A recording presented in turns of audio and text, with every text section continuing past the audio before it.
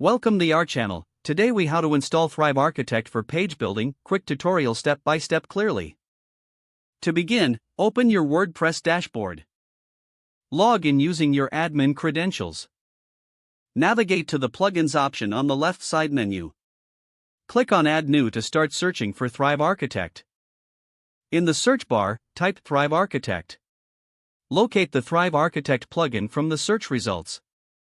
Click the Install Now button next to Thrive Architect.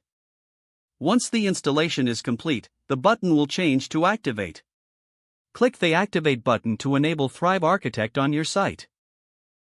After activation, you will see a new menu item labeled Thrive Dashboard.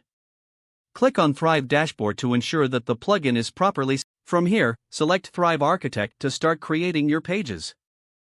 You can now go to Pages in the WordPress dashboard. Choose to either add a new page or edit an existing one. Click on the Edit with Thrive Architect button. This action will open the Thrive Architect Page Builder interface. Explore the various elements and templates available on the left sidebar. Drag and drop elements onto your page as needed. Customize each element using the options that appear when you select them.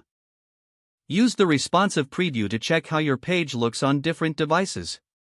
Once satisfied with your design, click the Save button. Finally, click Publish to make your new page live. And that's it. You have successfully installed and started using Thrive Architect for your page building.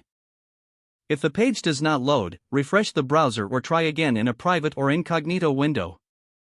Make sure you are using the correct email address, then retype it carefully to avoid small typos. If your password is not accepted, use the reset option and create a new strong password you can remember. Check your spam folder for verification or security emails, then complete any requested confirmation steps.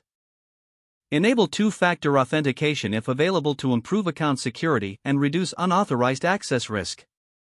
After signing in, review your profile details so your contact information and settings are accurate and current. If you see an error message, note it down and try again after restarting your device and internet connection. Don't forget to like this video and subscribe to our channel for more step-by-step tech guides.